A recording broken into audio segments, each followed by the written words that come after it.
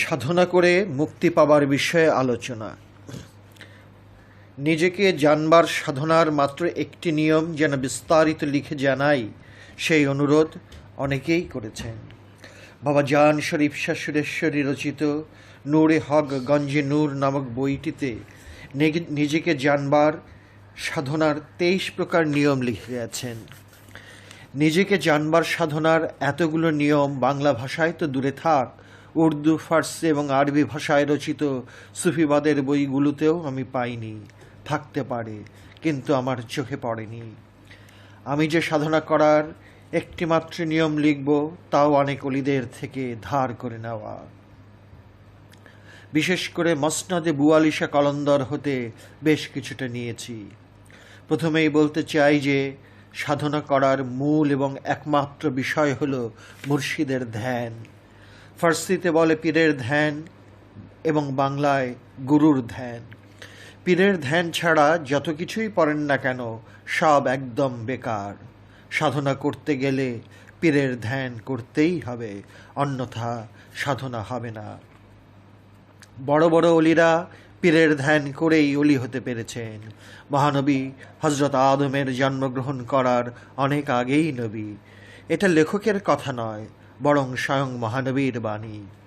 অথচ যখন মহানবী জাহির সুরতে পৃথিবীতে আসলেন, তখন তিনি তার উম্মতকে শিক্ষা দেবার জন্য হেরা গুহায় নিজে ধ্যান করে দেখিয়ে গেলেন যে প্রথমে ধ্যান করতে হয়। আবার এটাও সত্য কথা যে দুনিয়ায় বস্তুবিজ্ঞানের যত কিছু আজ পর্যন্ত আবিষ্কার হয়েছে, তাও ধ্যান সাধনার মধ্য দিয়েই হয়েছে। সুতরাং যে কোনো বিষয়ের অনেক কিছু জানবার ইচ্ছা থাকলে ধ্যান সাধনা ছাড়া সম্ভব নয়। আর নিজেকে জানবার ধ্যান সাধনায় কৃতকার্য হতে পারলে অর্জন করা যায় বিমূর্ত জ্ঞান। বিমূর্ত জ্ঞান দেখানো যায় না, কিন্তু মূর্ত জ্ঞান সবাই দেখতে পারে বলেই নাম দেওয়া হয় বস্তুবিজ্ঞান। কারণ বিমূর্ত জ্ঞান ব্যক্তিকেন্দ্রিক। যিনি অর্জন করতে পেরেছেন কেবলমাত্র তার মধ্যে সীমাবদ্ধ। অন্যের পক্ষে বোঝা কষ্টকর। কঠিন রোগে মৃত্যুর বিছানায় ছটফট করছে এবং মারা যাবার দৃশ্যটি আমরা সবাই দেখছি, কিন্তু যিনি মারা যাচ্ছেন তার মৃত্যু যন্ত্রণাটি কতটুকু ভয়ঙ্কর তা বুঝতেই পারছি না এবং পারার কথাও না। সেরকমভাবে যিনি পীরের ধ্যান করে কামেল হতে পেরেছেন, কেবল তিনিই বুঝতে পারেন। তাই কামেলিয়াত যিনি ধ্যান সাধনা করে অর্জন করতে পেরেছেন, কেবল তারই মধ্যে সীমাবদ্ধ। সুতরাং কামেলিয়াত হাসিল করা একান্ত ব্যক্তিকেন্দ্রিক। অপরপক্ষে বস্তুবিজ্ঞান সমাজকেন্দ্রিক এবং সবার চোখে বিনা বাক্যে ধরা পড়ে। তাই লোভনীয় এবং আকর্ষণীয় এবং যুক্তিসঙ্গত। অপরপক্ষে কামেলিয়াত প্রেমের উপর সম্পূর্ণরূপে নির্ভর করে। মানুষ শক্তির পূজা করতে খুবই ভালোবাসে। সুতরাং শক্তির মালিক যিনি বা যারা, তাদের দিকে ঝুঁকে পড়া একান্ত স্বাভাবিক, কারণ এটা একটি লোভনীয় বিষয়। জানতে এবং অজান্তে তাই বেশিরভাগ মানুষ শক্তির পূজারী হয়। কিন্তু প্রেমের মাঝে শক্তি নেই, আছে আত্মসমর্পণ। আত্মসমর্পণের পূর্ব শর্ত বিনয়, ভদ্রতা এবং নম্রতা। তাই এই পথে অগ্রসর হওয়া সবার পক্ষে সম্ভবপর হয়ে ওঠে না। শক্তি অনেক কিছু দেয়, কিন্তু প্রেম সব কিছু হারিয়ে ফেলার দর্শন। প্রেম আমিত্বকে কোরবানি করার দিকে ধাবিত করে। সুতরাং এই মধুর আমিত্বকে সহজে কেউ কোরবানি করতে চায় না। সুফিবাদে অনেকে আসে, কিন্তু আমিত্বকে কোরবানি করা তো দূরে থাক, নিজেকে সম্রাট বলে ঘোষণা দিয়ে সরল মানুষগুলোকে দিশেহারা করে তোলে। এদের ফাঁদে অনেকে পা ফেলে, আবার অনেকে তওবা করে আসল পথে আসে। আবার অনেকে আল্লাহর মাঝে ফানা হবার কোনো শিক্ষা না দিয়ে বেহেশতের লোভ আর কবরের আযাব শুনিয়ে এবং আনুষ্ঠানিকতাকে ধরে রেখে আরও বিভ্রান্ত করে। এদের সংখ্যাটি বেশি হয়। কারণ সাধারণ মানুষ সব কিছু বুঝে উঠতে পারে না। তাই সুফিবাদের বিশ্ববিখ্যাত অলি হজরত হাফিজ সিরাজি বলেছেন, বিরাদি জাহেদ ওয়া দাওয়াত বিকুনম সুয়ে বেহেস্ত, কে হো খোদা এদ্রে আজল আজ বাহরে বেহেস্তাম নাহ সারাস্ত। বেহেস্তের পথে আমাকে নিমন্ত্রণ করতে যেও না হে আমার মোল্লা ভাই, কেননা আল্লাহ আমাকে প্রথমেই বেহেস্তের জন্য সৃষ্টি করেন নাই। ভালোবাসার শিক্ষা কোনো বিদ্যাপীঠে তথা স্কুল, কলেজ এবং বিশ্ববিদ্যালয়ে অর্জন করা যায় না। ওলিয়ে কামেলের সহবতে থেকে মোরাকাবা মোশাহেদার মাধ্যমে মঞ্জিলে এগিয়ে যেতে হয়। তাই হজরত হাফেজ সিরাজি বলেছেন যে কুনজ মাদ্রাসা হাফেজ মুজুই গওহেরে ইশক কদম বড়েনে না আগার মাইলে জিস্ত জুদারি। মাদ্রাসার কোণে ভালোবাসার মণিমুক্তা খোঁজা নিরর্থক হবে তোমার হে হাফেজ। যদি তুমি খুঁজতেই চাও তাহলে মাদ্রাসার বাহিরে পা রাখো। আনুষ্ঠানিকতার মধ্যে বেহেশত পাবার মোহ থাকে বলে হজরত হাফেজ সিরাজি বলেছেন, তু ওয়া তসবি ওয়া মুসাল্লাহ ওয়া রাহে জাহেদ দূরো মনওয়া মিখানা ওয়া নাকুস ওয়া রাহে দায়ের ওয়া কেনাস্ত। তোমার সৃষ্টি তসবি এবং মুসাল্লাহ অর্থাৎ জায়নামাজ এবং মোল্লাদের পথের অনুসারী হবার জন্য, এবং আমার সৃষ্টি শরাবখানা তথা প্রেমালয় এবং নাকুস তথা বাদ্যযন্ত্র এবং পীরের ছবি এবং সাধনালয়ের জন্য। সুফিবাদের মূল বিষয়টি হল পীর পূজা। শুনলে অনেকে অবাক হবেন, কারণ পীর সাধনা ছাড়া মারিফতের রাজ্যে প্রবেশ করা যায় না। যার জন্য পীর পূজা বিশেষ করে ওহাবি মতবাদে এবং বাটালভি মতবাদে অত্যন্ত নিন্দনীয় বিষয়। পীর পূজা ইসলামেতে নাই বলে খুব জোরে সোরে প্রচার করে ওহাবিরা, আর সরল মানুষ তাই প্রথমে বিশ্বাস করে। শুনতেও বাক্যটি ভালোই লাগে, কারণ আমিত্ব পীর পূজা করে না। তাই হাফিজ সিরাজি তাঁর রচিত দিওয়ান লেখার সময় পীরের নেমে লেখা শুরু করিলাম বলেছেন, আলাইয়ুহাসকি আদের কাসান ওয়া নওয়েলহা কে কে ইশক আসন নমুদ আউয়াল ওয়ালি ফতাদে মুশকিল হো। দেওয়ানে হাফিজের প্রথম শ্লোক, সাবধান হে সাকি পীর, তুমি আমার ভালোবাসার শরাবের মর্যাদা বুঝো, অতঃপর উহা দান করো। কেননা ভালোবাসা প্রথমে দেখতে খুবই সহজ মনে হয়, অথচ এর শেষ পরিণতি খুবই কষ্টকর। কেবল হজরত হাফেজ সিরাজি পীরের নামে দেওয়ান লেখা শুরু করেননি, বরং আরও বেশি অবাক হই যখন আজ থেকে প্রায় 800 বছর আগে সমগ্র ভারতবর্ষে বাস করা 4 কোটি মানুষের মধ্যে 90 লক্ষ মানুষ ইসলাম ধর্ম গ্রহণ করেন, যার উসিলায় সেই মহান ওলি খাজা মঈনুদ্দিন চিশতিও তাঁর রচিত দিওয়ানে আপন পীরের নামেই শুরু করেছেন। তিনি লিখে গেছেন, মারায় সাকি ওয়াহাদত বদাদি জর্রে আহাজ मैं के हो हरदम आज हुआ हुस्बर अय्याद आज दिलम है হে সাকি মুর্শিদ, তুমি আমাকে ওয়াহদানিয়াতে বা একত্ববাদে কি শরাব পান করিয়েছ, যার ফলে প্রতিটি মুহূর্ত আমার হৃদয়ে হা হুতাশের শব্দ শুনতে পাই। তারপরেই খাজা বাবা বলেছেন, খানা খালি কুন আজ আগিয়ার অবজু ইয়ার মোইন কি মহালস্ত কেহ দেহনি ওয়াতন মি তালাবি। হে মোইন, তোমার প্রেয়সীকে খোঁজো জাগতিক বিষয় মোহকে বিসর্জন দিয়ে। হতে পারে যদি তুমি দুইয়ের মাঝে অবস্থান করো তাহলে উভয়কেই হারাতে পারো। আল্লামা জামি তার কুল্লিয়াতে জামিতে লিখেছেন, বগম দর সেহর নিগাহ জাদু বতু আফসু বকদ কিয়ামত বখন্দ নফসা ব দিল জম্বুল ব চশমে নরগিস ব রোখে গুলিস্তান। আমি যখন বিষণ্ণ মনে আমার প্রিয়তম মরুবাসীর মুর্শিদের দিকে তাকাই, তখন তার সম্মোহনী দৃষ্টি আমার যাবতীয় মোহগুলোকে, শেষ পরিণতির সময়েও আমার সকল হাসি খুশিগুলোকে আমার হৃদয়ের থলিতে বন্দি করে ফেলেন। এবং তখনই আমি দেখি তার নিরময় চোখ দুটি এবং ফুলময় মুখমণ্ডলটি। আল্লামা জামি তার মুর্শিদকে এতই ভালোবাসতেন যে তার করুণ কান্না জড়িত ভাষায় বললেন, বদর গহেদ মুস্তগির আমুদে ব জঞ্জির হেরমা আসির আমুদে শাহাজ করম সুয়ে মা এক নজর কে মিসকি গরিবু ফকির আমুদে। আমি অনেক রঙে রাঙানো এক হতবিহ্বল প্রাণী তোমার সামনে এসেছি। আমি এক বঞ্চিত শিকল পরিহিত বন্দী তোমার কাছে এসেছি।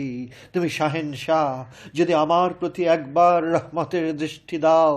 আমি মিসকিন, আমি গরিব, আমি ফকির তোমার সম্মুখে ধন্য হই। হজরত আমির খসরু তাঁর পীর মাহবুব এলাহি নিজামুদ্দিন আউলিয়াকে উদ্দেশ্য করে বলেছেন, কফির আশিক হু मैं बंदा इस्लाम ना हूँ, बुत परस्त मेरी जिंदगी है, बुत परस्त मेरी बंदेगी है, बुत परस्त मेरी दिलदारी भी है। আমি প্রেমের কাফের, ইসলামের বান্দা নই। পীর পূজাই আমার জীবন, পীর পূজাই আমার ইবাদত, পীর পূজাতেই আমার হৃদয় উৎসর্গ করে দিয়েছি। হজরত আমির খসরু তাঁর রচিত দিওয়ানে বলেছেন, চশমে মস্তে আ যাবে, জুলফে দারাজে আ যাবে, মায়ে পরশতে আ যাবে, ফিতনা তারাজে আ যাবে। তোমার চোখ দুটো কি অপূর্ব মস্তিতে পরিপূর্ণ, লম্বা চুলগুলো কি অপূর্ব, পূজারী হিসেবে আমিও অপূর্ব। যারা ঠাট্টা তামাশা করে সেই ঠাট্টা তামাশাগুলো কি অপূর্ব। এখানে বলে রাখা ভালো যে প্রথম দুটো লাইন হজরত আমির খসরুর পীর মাহবুব এলাহি নিজামুদ্দিন আউলিয়ার জন্য এবং পরের দুটো লাইন নিজের জন্য। এভাবেই ফার্সি ভাষায় পীর পূজার রহস্যটি কবিতার আকারে তুলে ধরেছেন এক অপূর্ব ভাষার ছান্দিক দোলায়। হজরত আমির খসরু বলেছেন, খুদা খুদ মীর মজলিস বুদান্দার লামকা খসরু মোহাম্মদ শামা মোহাম্মদ মাহফিল বুদ সব যায় কে মন বুদাম। স্বয়ং খোদা সেই মজলিসে প্রধান, আর খসরু লামকামে অবস্থান করছে। সেই মাহফিলের নাম মোহাম্মদ, সেই প্রদীপের নাম মোহাম্মদ। গত রাতে আমি সেখানেই অবস্থান করেছিলাম। শ্রদ্ধেয় ওয়াহাবি ভাইয়েরা খুবই চালাক। তাদের আসল বইগুলো যা তাদের মূল বইতে লেখা আছে তা ভুলেও কোনোদিন তুলে ধরবে না, কারণ তাহলে ওহাবি মতবাদ প্রথমেই মাঠে মারা যাবে এবং ভুলেও তারা নিজেকে ওহাবি বলবে না, বরং সুন্নিদের ধোকার ফাঁদে ফেলার জন্য নিজেকে সুন্নি বলে জাহির করবে। ওয়াহাবি মতবাদের মূল দর্শনে বড় পীর গৌসুল আজম আব্দুল কাদের জিলানীকে সবচেয়ে বড় কাফের বলে ঘোষণা করেছে, নাউজুবিল্লাহ। সুতরাং অন্যান্য অলিদের কথা ও দর্শন তারা হেসে উড়িয়ে দেবে এবং যা তা বলবে। যারা কেবল সুফিবাদে বিশ্বাসী এবং সুফিবাদকে মনে প্রাণে জানবার প্রবল ইচ্ছা আছে, আমি কেবল তাদের জন্যই লিখছি। সুফিবাদটাই হলো পীর পূজা। পীর পূজা ছাড়া সুফিবাদের ধারণা করা যায় না। বাংলায় বলা হয় গুরুবাদ। গুরুর প্রতি ভক্তি আছে বলেই গুরুবাদ। ভক্তিকে পূজাও বলা হয়, তবে পূজা শব্দটি বেশি উলঙ্গ। তাই অনেকে পূজার স্থলে ভক্তি শব্দটি ব্যবহার করেন। গুরু ছাড়া যেমন গুরুবাদ হয় না, তেমনি সুফি ছাড়া সুফিবাদ হয় না। সুফিবাদের যদি একটি অতি ছোট অংশ কেউ মেনে নেয়, তাহলে তাকে মুরিদ হতেই হবে। মুরিদ হওয়াটাই সুফিবাদকে মেনে নেওয়া। পীরকে ভক্তি বিহনে মুরিদ হওয়া যায় না। যত রকম আনুষ্ঠানিকতার বোঝাই সে বহন করুক না কেন, পীরকে গ্রহণ করেই সে মুরিদ হয়েছে। তাই ওয়াহাবি মতবাদ অনেক অনুষ্ঠানের বোঝা বহনকারী মুরিদকেও কিছুতেই মেনে নিতে পারে না। কারণ যত ছোট আকারেই পীর মুরিদের অবস্থান থাক না কেন,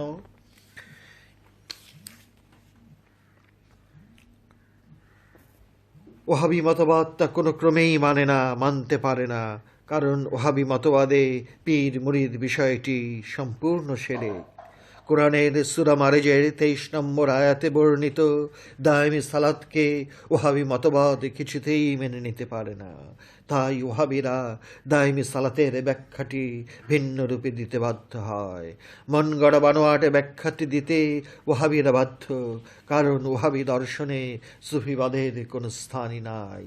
আর দায়মি সালাতের উপর ভিত্তি করেই সুফিবাদ প্রতিষ্ঠিত, কারণ সদা সর্বদা সালাতের উপর অবস্থান করার মোরাকাবা মুশাহেদার নিয়মগুলো পীর তার মুরিদকে শিক্ষা দেন, এবং এই দায়মি সালাতের মাধ্যমেই নিজেকে জানা ও চেনা যায়। এই দায়মি সালাতই হলো সুফিবাদের মূল এবং একমাত্র দর্শন। হযরত হাবিব একজন অতি উঁচু পর্যায়ের ওলি, কিন্তু লেখাপড়া জানতেন না। সেই জামানার একজন বড় আলেম তার কাছে এলে হযরত হাবিব তাকে লক্ষ্য করে বললেন, তুমি কলম দিয়ে ঘষে ঘষে অনেক কাগজ কালো করেছ, আর আমি তাসব্বুরে শায়খে তথা পীরের ধারে থেকে নিজের অন্তরকে ঘষে ঘষে পরিষ্কার করেছি। তাজকিরাতুল আউলিয়া, ফরিদউদ্দীন আত্মার।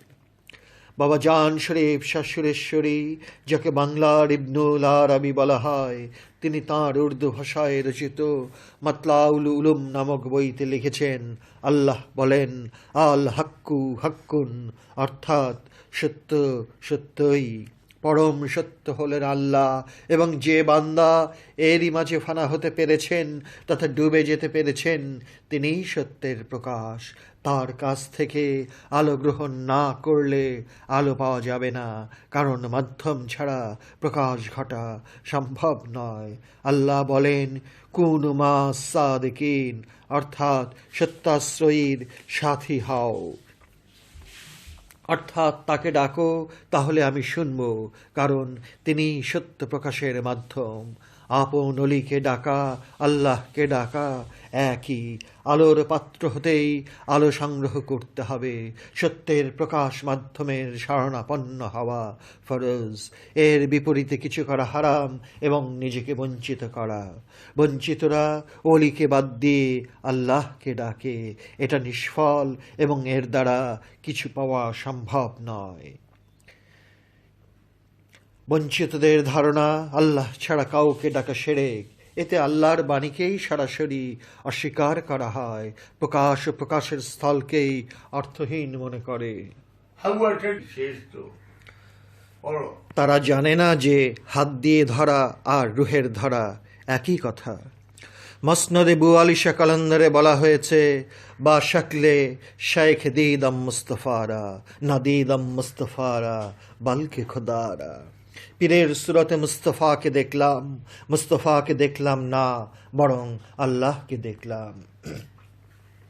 বাংলার বাউল সম্রাট লালন ফকিরের কথার সঙ্গে হুবহু মিল পাই, অথচ দেশ ও ভাষার প্রশ্নে কত বিরাট পার্থক্য। কিন্তু সুফিবাদের দর্শনে সব অলিদের কথা একই দর্শন। ওহাবি মোল্লারা পীরের প্রয়োজন হয় না বলেন, এবং আরও বলেন যে সরাসরি আল্লাহকে ডাকতে। যদি ওহাবি মোল্লাদের কথাগুলো সত্য বলে ধরে নেই, তাহলে অলিদের কথাগুলোর কোনো মূল্যই থাকে না। আর যদি অলিদের কথাগুলো সত্য বলে ধরে নেই, তাহলে ওহাবি মোল্লাদের কথাগুলোর কোনো মূল্যই থাকে না। তাহলে আপনি কি কথার অনুসারী হবেন? আপনি ইচ্ছা করে কারোরই অনুসারী হতে পারবেন না, কারণ জন্মের আগেই আপনার তকদির নির্ধারিত। জন্মের পূর্বেই বাঘ আর সিংহের গোস্ত ভক্ষণ করার তকদির নির্ধারিত। জন্মের পূর্বেই হাতি আর জিরাফের ঘাস ভক্ষণ করার তকদির নির্ধারিত। জোর করে বাঘকে হাতির খাবার আর হাতিকে বাঘের খাবার খাওয়াতে পারবেন না, কারণ তকদির খণ্ডানো যায় না। আপনার মন এই বিষয়টিতে বারবার বিদ্রোহ করতে চাইবে, কিন্তু কোনো লাভ নেই। কিছু একটা লিখতে চাইবেন কিছু খোঁড়া যুক্তি প্রদর্শন করে, কিন্তু কিছুদিন পর সেই লেখা আপনার নিজ হাতে ছিঁড়ে ফেলে দেবেন। মাওলানা জালালউদ্দিন রুমি বলেন, পীরেরা জাতে খোদা এক না দেদ, নাই মুরিদু নাই মুরিদু নাই মুরিদু। পীরের জাত ও আল্লাহর জাত যে এক ও অভিন্ন রূপে দেখতে পায়নি, সে এখনো মুরিদ হয়নি, মুরিদ হয়নি, মুরিদ হয়নি।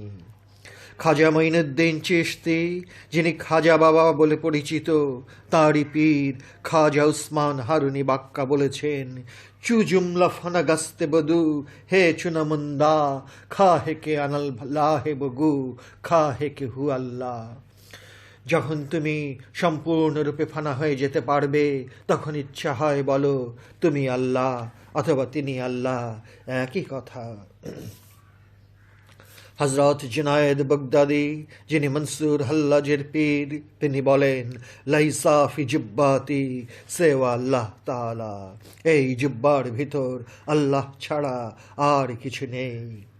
ইমামুল আউলিয়া হজরত বায়েজিদ বুস্তামি, যিনি আওলাদে রসুল হজরত ইমাম জাফর সাদিকের মুরিদ এবং খলিফা, তিনি বলেন, আনা সুবহানি মাঝে মুশানি, আমি সুবহানি ভাসমান, সকল শানি আমার।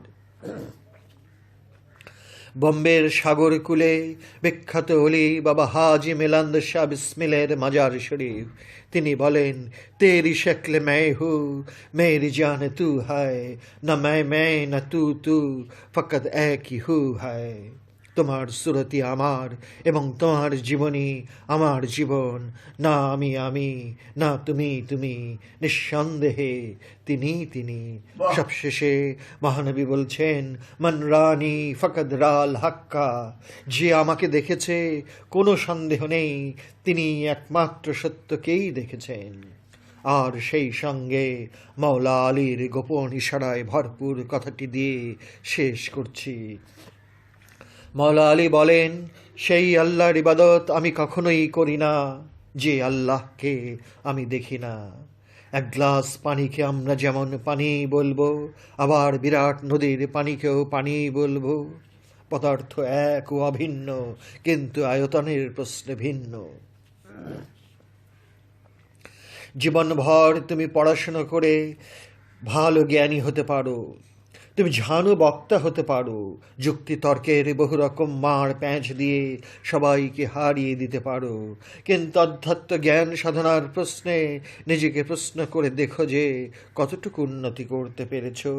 তুমি অকপটেশ্বর মতো কিছুই পারিনি বলবে। বুদ্ধের প্রখরতায় অধ্যাত্মবাদের দেশে পা রাখা যায় না। আধ্যাত্মবাদের দেশে পা রাখতে প্রথমেই জীবাত্মা তথা নফস এবং পরমাত্মা বা রুহের বিষয়টি ভালো করে জানতে হবে। তোমার ভেতরটা পরিষ্কার করতে হবে প্রথম, তারপর পীরের তালিম গ্রহণ করে রুহ নামক ছোট্ট বীজটিকে বিরাট গাছে পরিণত করতে পারবে। আর এটা সম্ভব হতে পারে একমাত্র সুফিবাদের মাধ্যমে। বিশ্ববিখ্যাত মাওলানা জালালউদ্দিন রুমি, যিনি মসনভির রচয়িতা, তিনি অতি দুঃখ আর ভারাক্রান্ত হৃদয়ে বলেছেন, মন্নাজ কোরআন মাজারা বরদস্তম, এশতে খাওয়া পেশ সাগে অন্দাখতম। আমি কোরআনের মগজ বাহির করে নিয়েছি আর কুকুরদের জন্য হাড্ডিগুলো ফেলে রেখেছি।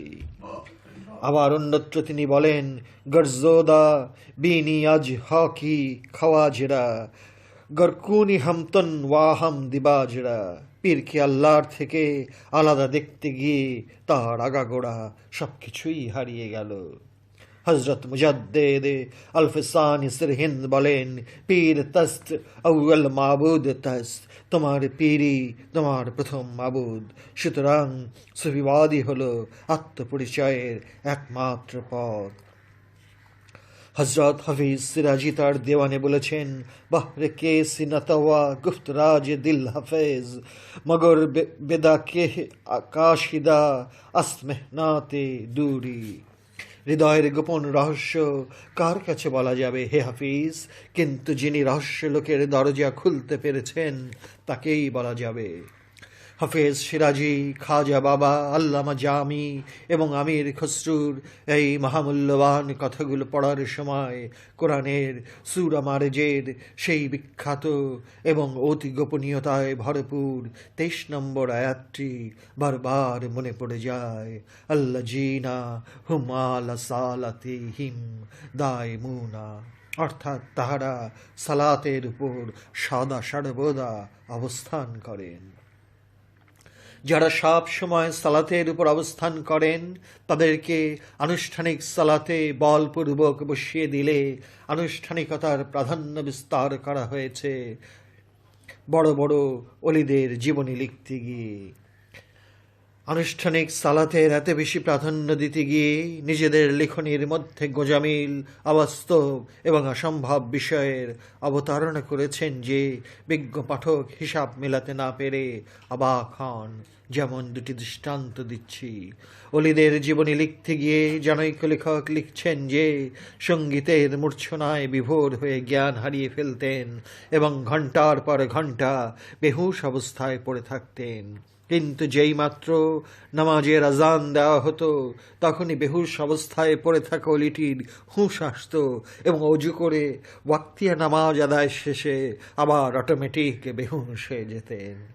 এই অটোমেটিক বেহুশ হয়ে যাবার কথাগুলো পড়ে বিজ্ঞ পাঠক অবাক হয়ে অনেক কিছু ভাবে।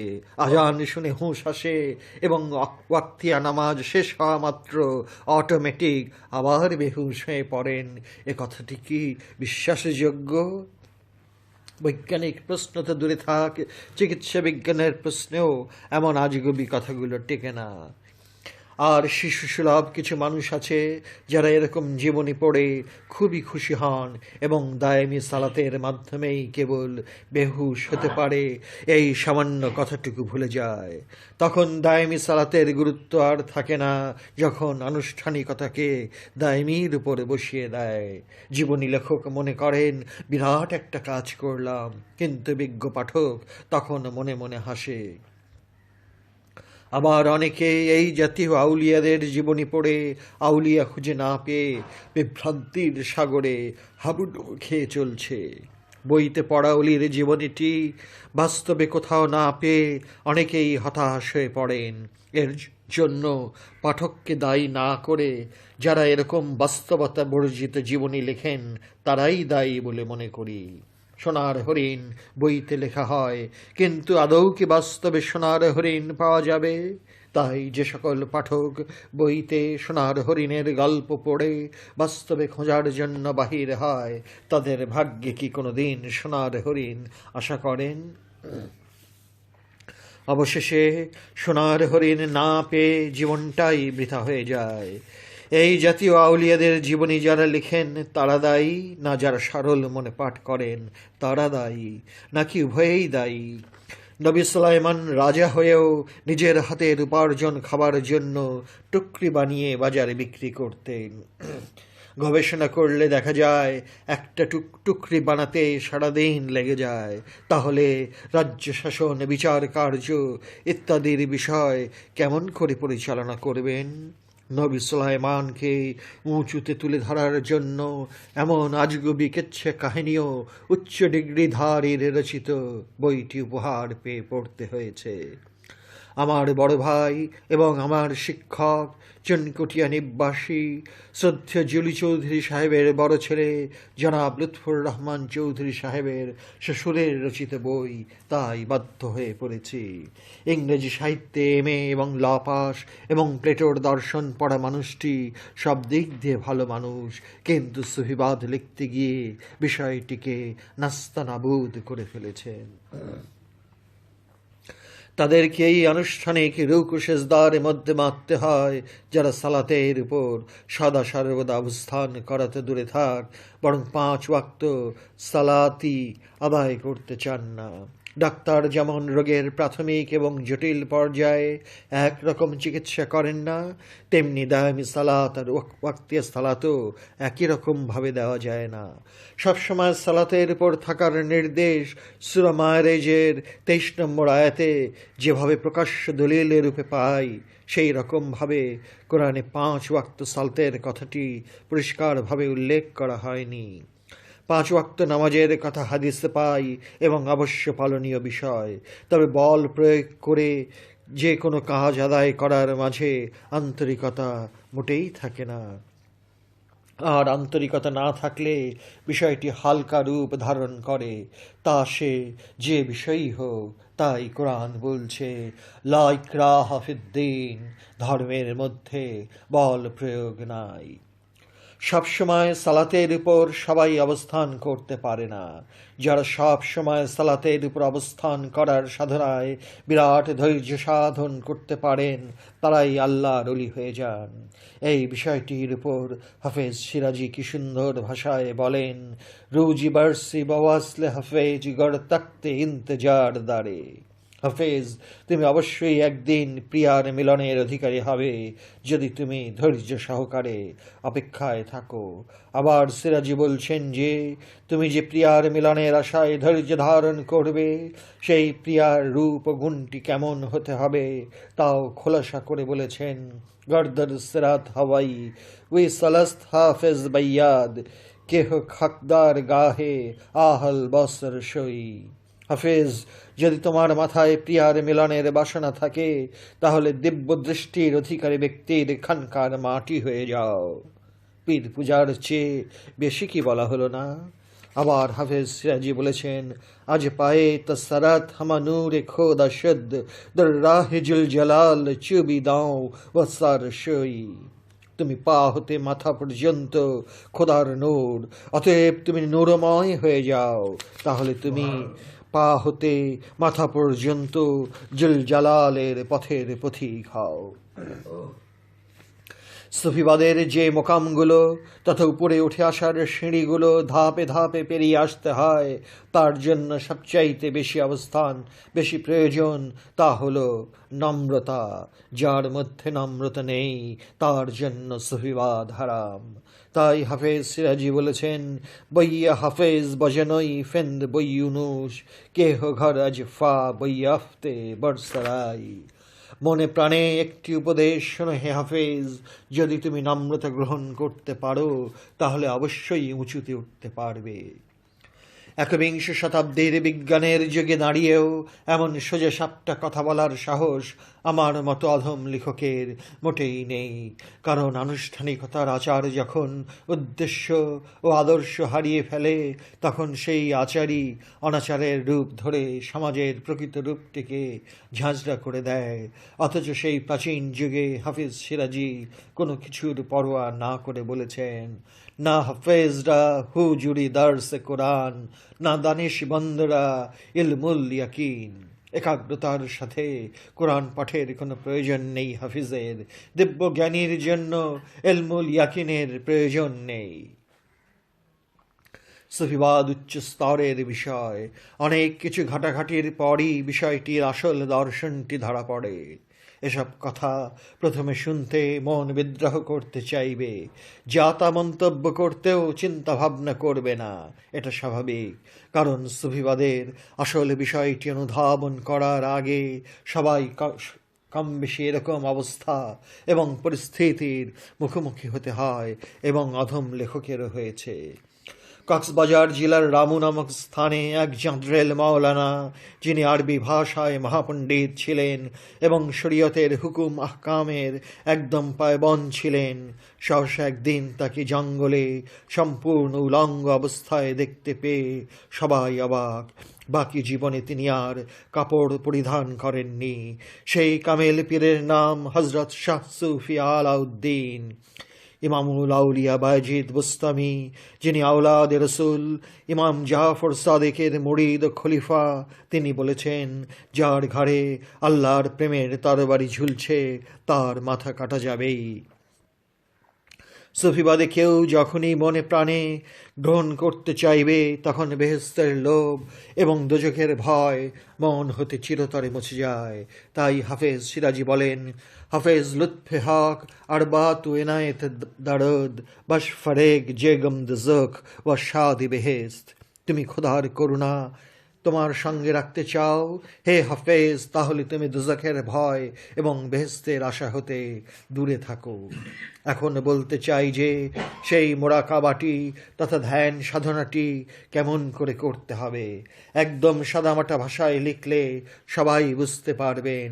মোরাকাবাটি দুইটি ভাগে ভাগ করছে এজন্য যে পুরুষ এবং নারীর মোরাকাবা এক রকম নয়, কারণ জ্ঞান কেবল পুরুষই অর্জন করবে এ কথা ইসলাম বলেনি, বরং উভয়ের জন্য জ্ঞান অর্জন করা ফরজ করেছে ইসলাম।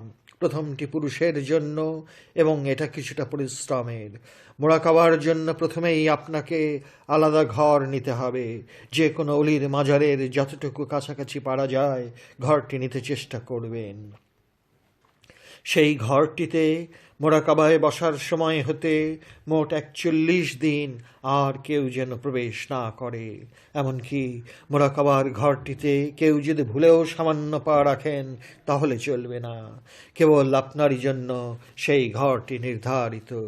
এটা সব সময় মনে রাখতে হবে। প্রকৃতির ডাকে ঘর হতে বাহির হবার আগে তালা দিয়ে রাখুন। একান্ত দরকার ছাড়া সেই ঘর হতে বাহির হবেন না। তারপর মোরাকাবার শুরুতেই আপনাকে কাটা কাপড় পরতে হবে। কোনো সেলাই করা কাপড় পরতে পারবেন না। খালি শরীরে একটা কাটা কাপড়ের চাদর পরুন। শীতের দিন হলে দুটো কিংবা যাই হোক না কেন তাতে সেলাই থাকা চলবে না। বিছানার লেপ তোষক সেলাই করা, তাই বিছানার উপর একটা সেলাই ছাড়া চাদর বিছিয়ে নিতে হবে। লেপ কাঁথা কম্বল শরীরের উপর দেওয়ার আগে সেলাই ছাড়া এক টুকরো কাপড় দিয়ে শরীর ঢাকুন। মাথার বালিশটির উপর সেলাই ছাড়া এক টুকরো কাপড় দিয়ে ঢেকে নিন। মাথায় টুপি অথবা সেলাই ছাড়া কোনো কিছুই রাখা যাবে না। একদম খালি মাথা। খাবার বাসন, পেয়ালা, গ্লাস, পানি রাখার পাত্র হতে সব কিছু আলাদা হতে হবে। অপরের পাখি খেতে হবে, কারণ পাকাবার জন্য সময় নষ্ট করবেন না। তারপর খাদ্য তালিকা হতে ৩ প্রকার খাদ্য খেতে পারবেন না: মাছ, গোশত এবং ডিম। এই ৩টি ছাড়া সব কিছু খেতে পারবেন। মোরাকাবায় বসার পর হতে ৪১ দিন আর একটি কথাও বলতে পারবেন না। এমনকি ইশারা ইঙ্গিত কিছুই করা যাবে না। সামান্য পরিমাণ হলেও কোনো অবস্থায় রাগ করতে পারবেন না। এই ৪১ দিন যে কোনো ধরনের লেখাপড়া করা হারাম, কারণ যেখানে ইলমে লাদুনির সাধনায় মগ্ন সেখানে বই পড়ার প্রশ্নই ওঠে না। ধর্মীয় সঙ্গীত না শোনাটাই ভালো, তবে হারাম নয়, কারণ এটি বস্তুবিজ্ঞানের সাধনা নয়, বরং আত্মবিজ্ঞানের সাধনা। পীরের একটি বড় ছবি হলে খুব ভালো হয়, কারণ পীরের ধ্যানে সদা সর্বদা থাকতে হবে। দুষ্ট লোকে ছবি রাখার বিষয়ে কিছু বলতে চাইলে সাধনার ৪১ দিন শেষ হবার পর সোজা বলে দেবেন যে সৌদি আরবের কাগজের প্রতিটি রিয়েলে বাদশার ছবি আছে। ছবি রাখলে যদি ফেরেশতা না আসার ফতোয়া দেন, তাহলে সমগ্র আরব দেশে একটিও ফেরেশতা থাকার কথা নয়। আরব দেশে টেলিভিশন চ্যানেলগুলোতে যে সঙ্গীত পরিবেশন করা হয় তা আগে ফতোয়া দিয়ে বন্ধ করে আসুন, তারপর আমাকে কিছু বলবেন। তাছাড়া আমরা সুন্নি মুসলমান, আর সৌদিরা আব্দুল ওয়াহাব নজদির অনুসারী। কিতাবুত তাওহীদ এবং কাশফুস সাহাবাত আব্দুল ওয়াহাব নজদির রচিত বই দুইটির অনুসারী। যাক, সেসব কথা বারবার বলছি যে সর্বদা পীরের ধ্যানে থাকতে হবে। এমনকি খাবার এবং ঘুমাবার সময়ও পীরের ধ্যান সহ ঘুমাবেন, কারণ শয়তান আপনাকে কোনো কাজেই বাধা দেবে না। একমাত্র পীরের ধ্যান করতে দিবে না শয়তান। শয়তান সর্বশক্তি নিয়োগ করে আপনাকে ধ্যান হতে সরিয়ে দিতে চাইবে, কারণ পীরের ধ্যান যত গভীর হতে গভীরতর হবে, শয়তান ততই দুর্বল হতে থাকবে। বারবার মনে রাখবেন যে শয়তান আমার রক্তের সঙ্গে খান্নাস রূপে মিশে আছে। দেখতে আমি একা, কিন্তু আসলে একা নই, কারণ শয়তান আছে, তাই আমি একের ভিতরে দুই। কোরআনের সূরা মুমিনের 60 নম্বর আয়াতে আছে, ফাকাল রাব্বুকুম উদুনি আস্তাজিব লাকুম, অর্থাৎ সুতরাং তোমাদের রব বললেন আমাকে একা ডাকো, অবশ্যই জবাব পাবে। তাই যখন খান্নাস রূপী শয়তানকে সাধনার মাধ্যমে সরিয়ে দিতে পারবেন, তখনই আপনি একা, এবং তখন আর ডাক দিতে হয় না, বরং নিজের ভেতরই সব কিছু শোনা যায়। জেনে রাখুন, শয়তান যখন বিদায় নেবে, তখন আপন পীরও বিদায় নেবে, কারণ তখন আর আপন পীরের থাকার বিধান নেই। তখন আপনার পীরও আপনি, আবার আপনার মুরিদও আপনি, এবং তখনই তৌহিদে বাস করবেন।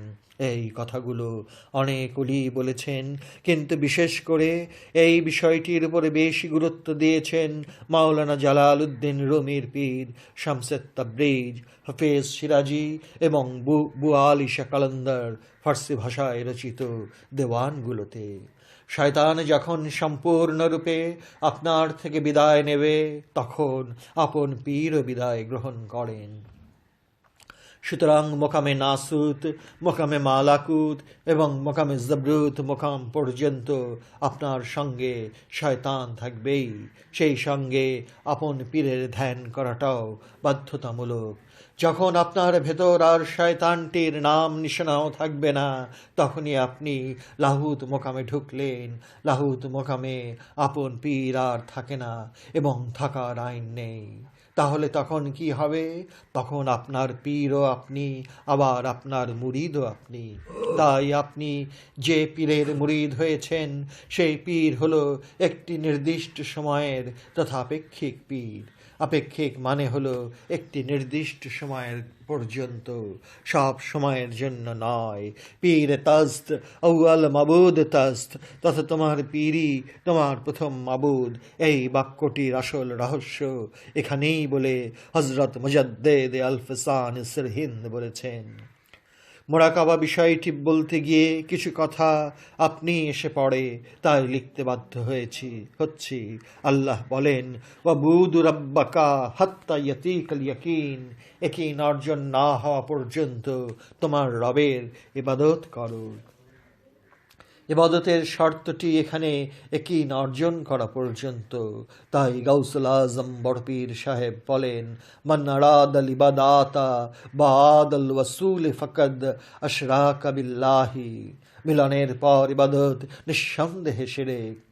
সুফিবাদের উপর উর্দু ভাষায় আজ হতে প্রায় 100 বছরের কিছু আগে মাতলাউল উলুম বইটি রচনা করে গেলেন বাবা জান শরীফ শাহ সুরেশ্বরী। বাংলায় অনুবাদ করেছেন আমার পীর ভাই এবং খলিফা, পরম প্রিয় এবং শ্রদ্ধেয় মাওলানা সাদিকুর রহমান, যিনি ওহাবি এবং গোলাপি ওহাবিদের সঙ্গে বাহাস করার জন্য সুপরিচিত। তিনি সুফিবাদের উপর ব্যাখ্যা বিশ্লেষণে এতই অপূর্ব যে আপনি অভিভূত হবেন।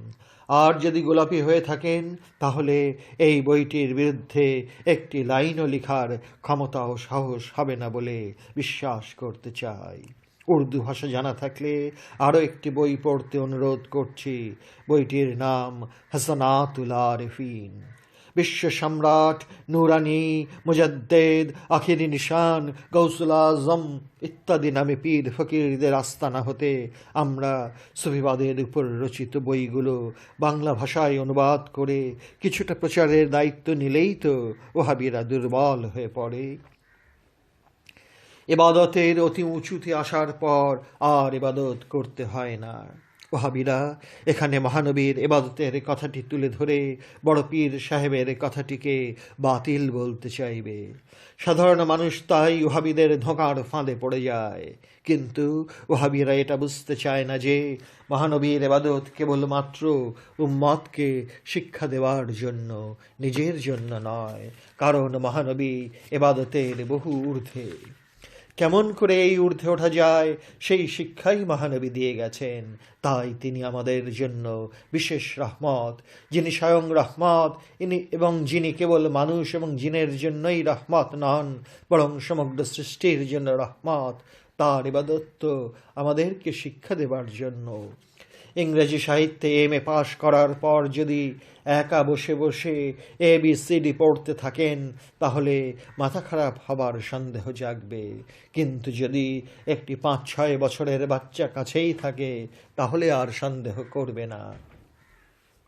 কারণ শিক্ষক শিক্ষা দিচ্ছেন এবং ছাত্র শিক্ষা গ্রহণ করছে, এবং তখনই পরিষ্কার বুঝতে পারা যায় যে শিক্ষক এরকম পাঠ শিক্ষার অনেক ঊর্ধ্বে। অলিদের এরকম কথা শুনে অলিদেরকে কাফের মনে করে। সব অলিদের অলি যিনি, সেই গাউসুল আজম মাহবুব সুবহানীকে ওহাবিরা তাই সর্বশ্রেষ্ঠ কাফের বলেছে, নাউজুবিল্লাহ। ওয়াহাবিদের চমক দেওয়ার জন্য বলছি না, বরং আরবি জানা পণ্ডিতেরা কিছুতেই মেনে নেবে না খাজা বাবার প্রধান খলিফা কুতুবউদ্দিন বখতিয়ার কাকিকে মক্তবাদে খাজা নামক ফার্সি ভাষায় রচিত বইটির একটি উপদেশের সামান্য কিছু অংশ। খাজা বাবা বলছেন, বাবা কুতুবউদ্দিন, এখন আমি যা তোমাকে বলবো জেনে রাখো, উহা হাদিস, যদিও এই হাদিসটি কোনো হাদিস গ্রন্থে পাবে না, কারণ আমি গঞ্জে মাকফির পুশিদা উত্তোলন করে সরাসরি মহানবীর কাছ থেকে জেনে নিয়ে বলছি। খাজা বাবার এরকম উপদেশটি কি ওহাবিতে দূরে থাক গোলাপি ওহাবিরা মানবে? কখনোই নয়, বরং আমার দলের মোল্লারা শরীরটাকে 2-3 বার তেড়া ব্যাকা করে আমতা আমতা করতে থাকবে। খাজা বাবার রচিত 8 খণ্ডে সূরা ফাতিহার বিশাল তফসিরটি ফার্সি ভাষায় রচিত, এবং আজও তা পাণ্ডুলিপি আকারে বাগদাদে বড় পীর সাহেবের মাজারের লাইব্রেরিতে যত্ন সহকারে রেখে দেওয়া হয়েছে। কিন্তু কেউ এই মহামূল্যবান সূরা ফাতিহার তফসিরটি ছাপিয়ে দেবার সামান্য প্রয়োজন মনে করল না। সত্যি ভাবতে অবাক লাগে যে এইভাবে পড়ে থাকবে আর আমরা ইসলামের গোপন রহস্যগুলো জানবার আগ্রহ হতে আর কতকাল বঞ্চিত থাকব। মহানবী বলেন, সালাতুদ্দামি আফজালুম মিনাস সালাতিল ওয়াক্তি, সার্বক্ষণিক নামাজ ওয়াক্তিয়া নামাজের চেয়ে উত্তম। মোরাকাবায় বসার সময় ঘরের বাতি নিভিয়ে ফেলুন, পীরের ধ্যান করুন কিছুক্ষণ, 2 ভ্রুর মাঝখানে পীরকে রাখতে চেষ্টা করুন, তারপর আর একটু এগিয়ে নাভিমূলে পীরকে রাখতে চেষ্টা করুন। এবার পীরের ধ্যান সহ 1-1.5 ঘন্টা আল্লাহ জিকির করুন এবং মনে করতে বারবার চেষ্টা করুন যে পীর আমারই মাঝে অবস্থান করছে। জিকির শেষ হবার পর 1000 দানার একটি তসবিহ হাতে নিন, পীরের ধ্যান সহ 1000 বার কুল নিয়না রুকুনি বরদাও ওয়া সালামুন আলা ইব্রাহিম সূরা আম্বিয়ার 69 নম্বর আয়াতটি পড়তে থাকুন, মনে মনে অথবা শব্দ করে যেভাবে ইচ্ছা পড়ুন। পড়া শেষ হবার পর আপনি এবার দ্বিতীয় ওজিফাটি 1000 বার পীরের ধ্যান সহ পড়ুন। দ্বিতীয় ওজিফাটি হলো, ইয়া আলী, ইয়া মুশকিল কুশা আলী, ইয়া পঞ্চাতন পাক আলী, ইয়া সনিজাত আলী। তারপর ওজিফাটি 100 বার পীরের ধ্যান সহ পড়ুন, 100 দানার তসবিহ হাতে নিন। তৃতীয় ওজিফাটি হলো, সাল্লাল্লাহ নবিয়ানা সাল্লাল্লাহ মুহাম্মাদিন, ইয়া গাউস খুদা মুশকিল কুশা আল মাদাদ কিজিয়ে। এবার আবার 1000 দানা তসবিটি হাতে নিন এবং চতুর্থ ওজিফাটি 1000 বার পীরের ধ্যান সহ পড়ুন। ওজিফাটি হলো, ইহসান মাইনুদ্দিন, ইয়া কানাবুদু ওয়া ইয়া কানাস্তাইন। এই 5 নম্বর ওজিফাটিও আপনাকে 1000 বার পীরের ধ্যান সহ পড়তে হবে। ওজিফাটি হলো, ইয়া কাহারু ইয়া জাল্লা জালালহু। 6 নম্বর ওজিফাটি 313 বার পীরের ধ্যান সহ পড়তে হবে। ওজিফাটি হলো সূরা বাকারার 255 নম্বর আয়াতটি। এই আয়াতটিকে আয়াতুল কুরসিও বলা হয়। সাদামাঠা বাংলা উচ্চারণে তুলে ধরলাম, আল্লাহু লা ইলাহা ইল্লাহু আল হাইয়ুল কাইয়্যুম লা তাখুজুহু সিনাতাও ওয়ালা নাওম লাহু মা ফিস সামাওয়াতি ওয়া মা ফিল আরদি মান জাল্লাযী ইয়াশফাউ ইনদাহু ইল্লা বিইজনিহি ইয়ালামু মা বাইনা আইদিহিম ওয়া মা খালফাহুম ওয়া লা ইউহিতুনা বিশাইইন মিন ইলমিহি ইল্লা বিমা শাআ ওয়াসিয়া কুরসিয়ুহুস সামাওয়াতি ওয়াল আরদা ওয়ালা ইয়াউদুহু হিফজুহুমা ওয়া হুয়াল আলিয়ুল আযীম। উপরের অজিফাগুলো আপনি দিনে পড়ে শেষ করতে পারেন, তবে নিচের 7 নম্বর অজিফাটি অবশ্যই রাতে কিছুক্ষণ জিকির করার পর আদায় করবেন। 7 নম্বর এবং শেষ অজিফাটি 400 বার পীরের ধ্যান সহ পড়তে হবে। এই অজিফাটি তসবি দিয়ে পড়া যাবে না, কারণ অজিফাটির এক স্থানে এসে আপনাকে 2 হাতে হালকা করে 3টি তালি দিতে হবে। তাই 400 মার্বেল অথবা পাথরের ছোট টুকরো অথবা ইটের টুকরো নিতে হবে। 2 হাতের 2 পাশে 2টি বড় পাত্র রাখুন, একটি খালি এবং অপরটিতে 400 মার্বেল অথবা পাথর অথবা ইটের টুকরো। এভাবে এক এক করে পড়বেন আর খালি পাত্রে রাখবেন। 400 বার পড়ার পর বাতি জ্বালিয়ে বিছানাটি নিয়ম মতো ঠিক করে পীরের ধ্যান সহ শুয়ে পড়বেন এবং বাতি নিভিয়ে দেবেন। এই অজিফাটির আগা মাথা বলতে কিছুই নেই। কোথাও ইয়াসিন সূরার 2টি আয়াত পাওয়া যায়, আবার তাও আগেরটা পরে এবং পরেরটা আগে। আবার কোথাও আরবি ভাষায় বলা হচ্ছে কিন্তু বুঝতে পারিনি। আবার কোথাও এমন আজব আজব শব্দ কথা যা জীবনেও শুনিনি। শুনেছি শেষ অংশটুকু হযরত খিজিরকে ডেকে আনার জন্য।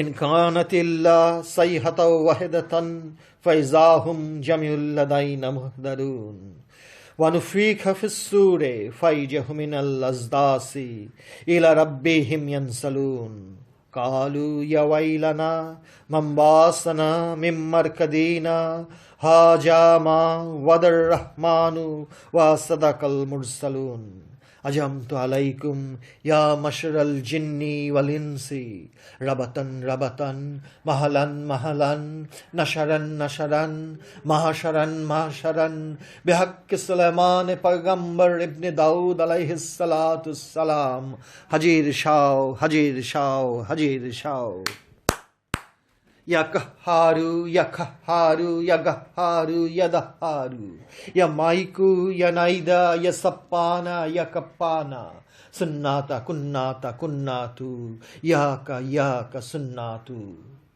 এখানে আর একটু কথা রয়ে গেল এবং সেই কথাটি হলো আপন বাড়িতে মোরাকাবায় বসা যাবে না।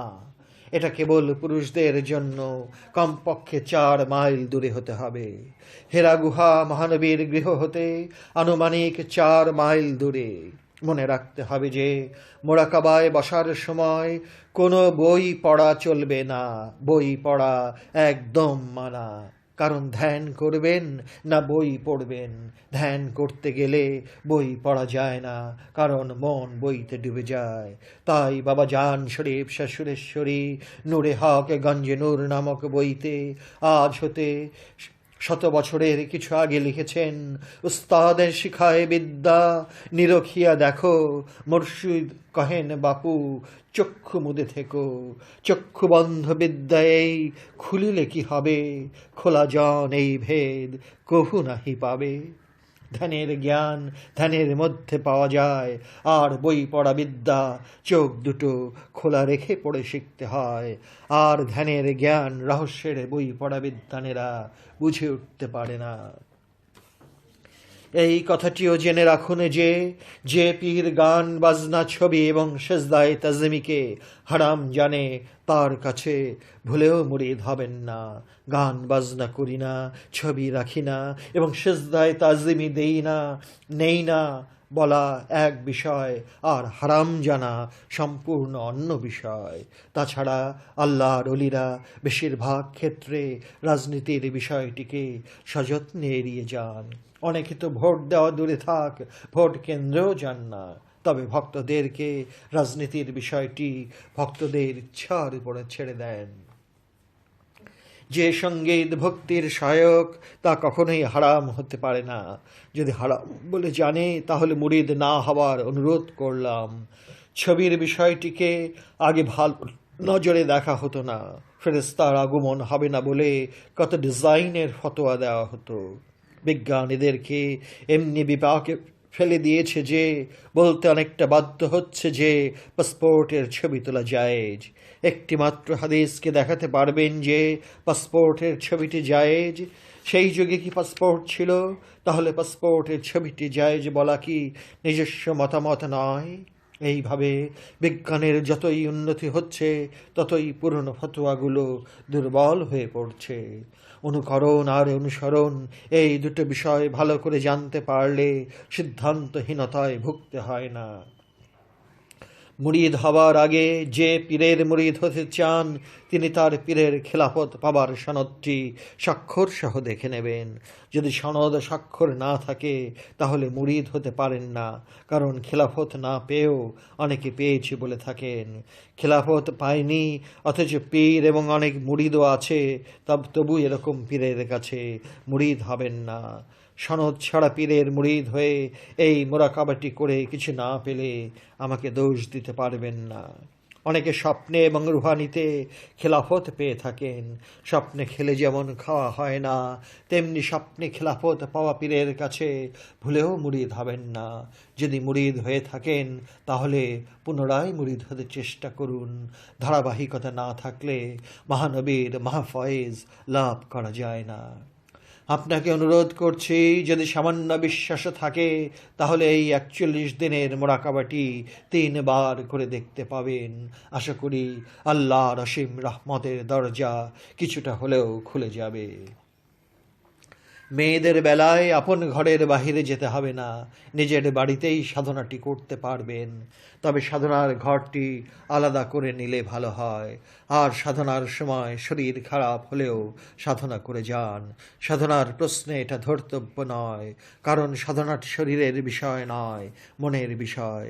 তবে শুনেছি যে সাধনায় কামিয়াব হতে পারলে মেয়েরা পুরুষের চেয়ে অনেক ঊর্ধ্বে উঠে যায়। এর কারণ কি আমার জানা নাই। মেয়েদের বেলায় সেলাই করা কাপড় হতে বিছানা, লেপ, বালিশ ইত্যাদি সব কিছু ব্যবহার করতে পারবে। খুব প্রয়োজনে সন্তানদের সঙ্গে দরকারি কথাও বলতে পারবে। স্বামীর চাহিদার জন্য সাধনার ঘরের বাহিরে গিয়ে মিলনও করতে পারবে। তবে নিজের চাহিদায় স্বামীর সঙ্গে মিলন করা যাবে না। স্বামী মিলনের পর গোসল করাই ভালো, তবে অসুবিধা থাকলে গোসল না করলেও চলবে। কারণ বারবার বলছি, মনের পাকটাই বড়। অজু করতে পারলে মুখমণ্ডলে নুরানি হয়। এই অজু দেহের নয়, বরং মনের অজু। কারণ মন পাক সব পাক, মন না পাক সব নাপাক। এই সামান্য বিষয়টিতে আর দলিল দিতে চাই না, কারণ যারা কেবল দলিল দলিল করে তাদেরকে দলিল নিয়ে থাকতে দিন। কিছু একটা বলে মনে দুঃখ দিতে যাবেন না, কারণ আমিত্ব বিনাশের সাধনায় রত থেকে একমাত্র সর্বশক্তিমান আল্লাহ রাব্বুল আলামিনের সন্তুষ্টি যথেষ্ট। তাছাড়া সবসময় ভালো করে মনে রাখবেন যে পীরের ধ্যান কেবল মোরাকাবার সময়ই করতে হবে না, বরং সদা সর্বদা পীরের ধ্যান করতে হবে। এমনকি ঘুমাবার সময়, খাবার সময় এবং প্রকৃতির ডাকের সময় তথা এক কথা সদা সর্বদা পীরের ধ্যানে থাকতে হবে। যদি পীরের ধ্যান করতে কষ্ট হয় তাহলে মোরাকাবায় না বসাই ভালো। শুধু শুধু বেকার খাটুনি এবং নিষ্ফল সাধনা। অবশেষে সব শেষে বাবা জান শরীফ শাহ সুরেশ্বরী, যিনি বাংলার ইবনুল আরাবি, তার কথাটি তুলে ধরে শেষ করছি। পীরের যদি ধ্যানই না করা যায় তাহলে পীর দ্বারা লাভ কি? মাতলাউল উলুম।